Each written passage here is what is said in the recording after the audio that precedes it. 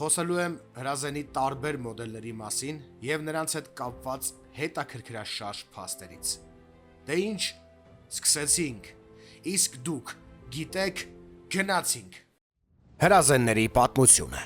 Շատերը գիտեն, թե դարերի ընթացքում ինչ ահռելի փոփոխությունների են ենթարկվել զենքերը, սակայն քչերն են կռահում, թե որքան ժամանակ դրանք գոյություն ունեն։ Հրազենի կիրառման ամենավաղ արձանագրություններից որոշները թվագրվում են 13-րդ եւ 14-րդ դարերին։ 1400-ական թվականներին ստեղծվում է պատրույքավոր կողպեքով հրազենը։ Այն դառնում է զինեգործության մեջ կարևորագույն առաջընթաց, քանի որ մինչև դա զենքից օգտվելը շատ դժվար էր։ Մինչ պատրույքավոր կողպեքով զենքի ստեղծելը, մարդիկ ստիպված էին վառվող պատրույքը ձեռքով մոտեցնել վառոդին։ Իսկ հայտնագործությունը թույլ էր տալիս կրակելու ընթացքում բռնել զենքը երկու ձեռքով, եւ որն էլ դրական ազդեցություն էր ունենում ճիշտ նշանառության վրա։ Հրազեն ունեցողները մեծ օգուտ էին բերում բնությանը։ Սովորաբար հրազենների տերերին երբեք չեն ասոցացնում էկոլոգիայի հետ։ Իսկ իրականում զենք եւ զինամթերք գնելով նրանք օգնում էին պահպանել շրջակա միջավայրը։ Օրինակ 1937 թվականին ԱՄՆ-ում հենց հրազեն ունեցողներն են ավելի քան $4 միլիոն տրամադրում վայրի կենդանիների փրկության, անտառների, արգելոցների եւ այգիների պահպանման համար։ Իսկ որտեղ է խարդավանքը։ Հիմա բացատրեմ։ Ուղղակի ԱՄՆ-ում զենքի եւ զինամթերքի ամբողջ վաճառքից 10-11% հարկ է գանձվում, որն էլ հենց ծախսվում է շրջակա միջավայրի պահպանության համար։ Ռուսները եւ հրափողերը։ Այսօր ոչ մեկի համար գաղտնիք չէ, որ ռուսներն իրենց հետ տիեզերք են վերցրել ատրճանակներ։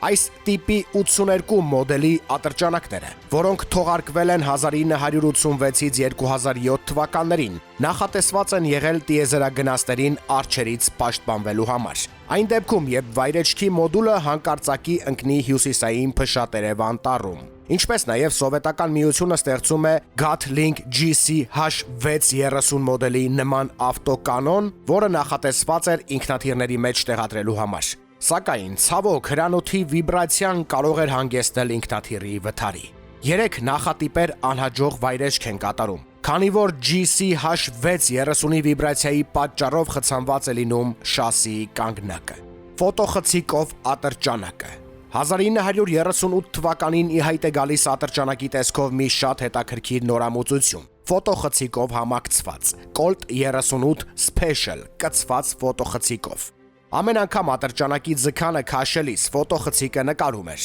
Ինչպես պատկերացնում եք, այն ուներ մի զարհուրելի ներուժ։ Միակ լավ նորությունը կայանում էր նրանում, որ նույնիսկ ատրճանակի լիցքավորված չլինելու դեպքում ֆոտոխցիկը դեռ կարողանում էր նկարել, այնուամենայնիվ ոչնչով չտարբերվելով հասարակ ֆոտոխցիկից։ Այն իսկապես խելահեղ հնարում էր։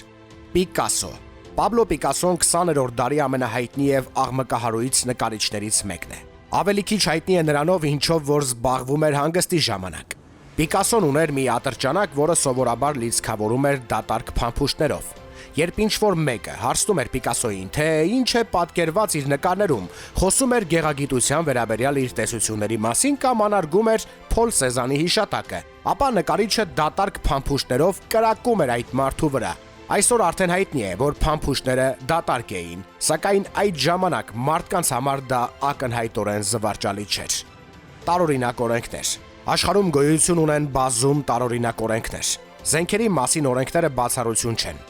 Առաջին օրենքը, որն այսօր կքննարկենք, ընդունվել է Արիզոնայում։ Այս նահանգում զենք կրելը լիովին օրինական է, սակայն արգելվում է նունչակի ունենալը։ Ջորջիա նահանգի Քենեսո քաղաքում ընդունվել է մի ուրիշ տարօրինակ օրենք, ըստ որի յուրաքանչյուր ընտանիքի գլխավորը պետք է ատրճանակ ունենա։ Այնուամենայնիվ, այս օրենքում կան մի շարք բացառություններ, օրինակ զենքից օգտվելու կրոնական արգելքը։ Ամենամեծ զենքը։ Հրազենները լինում են տարբեր ձևերի եւ չափերի։ Կան ատրճանակներ, որոնք բավականաչափ փոքր են գրպանում տեղավորելու համար, եւ կան զենքեր, որոնք այնքան մեծ են, որ տեղադրվում են ռազմանավերի վրա։ Գոյություն ունի նաև հրետանային մի զենք, որը կրում է հրետանու պատմության մեջ մարտերի ժամանակ օգտագործված ամենամեծ տրամաչափի հրազենի կոչումը։ Այն Շվերեր Գուստավն է, ծանր Գուստավ, երկաթուղային հրետանին, որը նացիստները կառուցել էին Երկրորդ համաշխարհային պատերազմի ժամանակ։ Այն ուներ 1350 տոննա քաշ, 4.8 ֆուգասային կամ 7 տոննա բետոնահար, 807 մմ տրամաչափի արկը կարող էր խոցել մինչև 39 կմ հեռավորության վրա գտնվող թիրախը։ Բանալի ատրճանակները։ Սրանք հատուկ բանալիներ էին, որոնք օգտագործվում էին դեռ 1850-ական թվականներին ԱՄՆ-ի բանտերում բանտապահների կողմից։ Այն եւ բանալի էր եւ ատրճանակ։ Բանտապահներն օգտագործում էին դրանք բանտախուցը բացելու եւ փակելու համար, իսկ անհրաժեշտության դեպքում նրանք սիգարով դիպչելով բանալու վերևի մասում գտնվող վառոդով անցքին հնարավորություն էին ունենում մեկ անգամ գործի դնել այն։ Ի վերջո այս զենքի թողարկումը դադարեցվում է, քանի որ պահակները շատ ավելի օգտակար եւ ձեռընտու զենքեր էին ստանում։ Նախագահները եւ ատրճանակները։ ԱՄՆ-ի 20-րդ նախագահ Ջեյմս Գարֆիլդը մահանում է հրազենային կրակոցից, սակայն նրան սպանողը շատ տարօրինակ բան է անում։ Նախագահին սպանելու համար զենքն ընտրելիս նա գնում է մի ատրճանակ, որն իր կարծիքով թանգարանում լավ տեսք կունենա հետագայում։ Զենքն արդյունքում իրոք հայտնվում է թանգարանում։ Ահա այդ զենքը։ Նախագահի եւ զենքի մասին իմ հաջորդ պատմությունն այդքան տխուր ավարտ չունի, համենայն դեպս նախագահի համար։ Ամերիկայի նախագահ Էնդրյու Ջեքսոնին քիչ էր մնում սպաներ մի մարդ, ում հաջողվում է 2 ատրճանակներով մոտենալ նրան։ Սակայն կարծես թե բախտն այդ պահին Ջեքսոնի կողմն է անցնում։ Երբ պոտենցիալ մարդասպանը Ռիչարդ Լոուրենսը քաշում է ձգանը, ատրճանակը չի կրակում, իսկ երկրորդը չի հասցնում հանել գրպանից։ Զոմբիներ ոչնչացնող զենքը։ Եվ վերջում կխոսեմ 2012 թվականին ստեղծված զվարճալի զենքի մասին։ Մոսբերգ զենքերի կազմակերպությունը թողարկում է հրազենների մի շարք, որը նախատեսված է լինում հատուկ զոմբիներ սպանելու համար։ Իհարկե մարդիկ կարծում են, որ զոմբիները հնարովի են, բայց երբեք չես իմանա, թե ինչ կարող է լինել ապագայում։ Հանուն արդարության պետք է նշեմ, որ այս զենքի եւ այլ հրազենների միջև գրեթե ոչ մի տարբերություն չկա, բացառությամբ ZMB հատուկ տարբերակիչ նշանի։ Ինչի համար փոխել մի բան, որն արդեն շատ լավ աշխատում է։ Այսօրվա համար այսքանը։ Հուսով եմ հավանեցիք։ Կհանդիպենք հաջորդ թողարկման ժամանակ։ Իսկ ովքեր ներկա են իմ փակ ալիքում, բոլորիդ շնորհակալ եմ։ Շնորհակալ եմ, որ վճարելով այդ փոքրիկ գումարը դուք նպաստում եք իմ կոնտենտի զարգացմանը։ Սպասեք ամեն օր նոր վիդեոների։ Լավ եղեք, առայժմ։